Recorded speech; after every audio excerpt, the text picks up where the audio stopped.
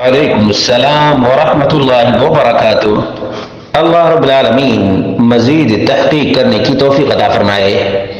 سوال واقعتاً بہت ہی اہم ہے کہ گھر میں ایک کتابچہ پڑا ہوا تھا، اس میں وضو کے اعضاء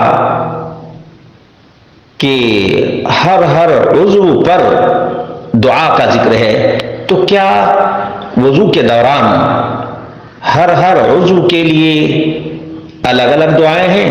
چہرہ دھلنے کے لیے الگ، ہاتھ دھلنے کے لیے الگ؟ اس سلسلے میں علامہ ابن القیم رحمہ اللہ نے زاد المعاد جلد نمبر 1 صفحہ نمبر 195 پر ذکر کیا ہے، وَلَمْ يُحْفَظْ عَنْهُ أَنَّهُ كَانَ يَقُولُ عَلَى وُضُوئِهِ شَيْئًا غَيْرَ التَّسْمِيَّةِ۔ اللہ کے رسول صلی اللہ علیہ وسلم سے وضو کرتے وقت بسم اللہ کے علاوہ کوئی چیز ثابت نہیں ہے۔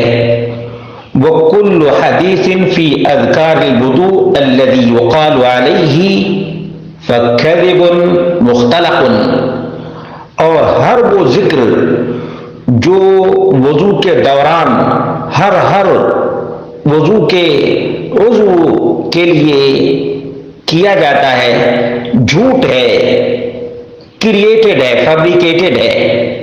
ہر عضو کے لیے الگ الگ ذکر جو لوگ کرتے ہیں، یہ جھوٹ ہے، کریٹڈ ہے، فیبریکیٹڈ ہے۔ لم یقل رسول اللہ صلی اللہ علیہ وسلم شیئا منہ، اللہ کے رسول صلی اللہ علیہ وسلم نے ان اذکار میں سے کوئی بھی ذکر نہیں کیا ہے۔ ولا علمہ لامتہ، اور اللہ کے رسول صلی اللہ علیہ وسلم نے اپنی امت کو سکھایا بھی نہیں ہے۔ ولا ثبت عنہ غیر التسمیہ فی اولہ، اور اللہ کے رسول صلی اللہ علیہ وسلم سے شروع وضو کے وقت بسم اللہ کے علاوہ کوئی چیز ثابت نہیں ہے۔ اور اخیر میں، وضو کے اخیر میں کیا ہے؟ اشہد ان لا الہ الا اللہ وحدہ لا شریک لہ واشہد ان محمدا عبدہ ورسولہ، یہ صحیح مسلم کے الفاظ ہیں۔ اسی طرح سے ترمذی وغیرہ کی روایت ہے، اللہم اجعلنی من التوابین واجعلنی من المتطہرین، وضو کے اخیر میں۔ اس لیے اس کتابچے میں جو ذکر ہر وضو کے لیے منقول ہے، یہ نبی اکرم صلی اللہ علیہ وسلم سے ثابت نہیں ہے۔ اس لیے شروع میں بسم اللہ اور اخیر میں یہ دعا، اس دعا کی بڑی فضیلت ہے۔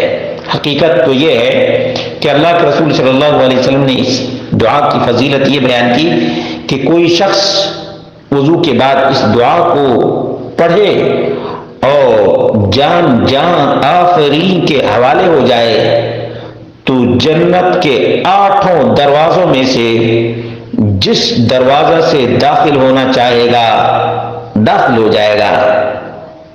اللہ رب العالمین ہم سب کو جنت کا اہل بنائے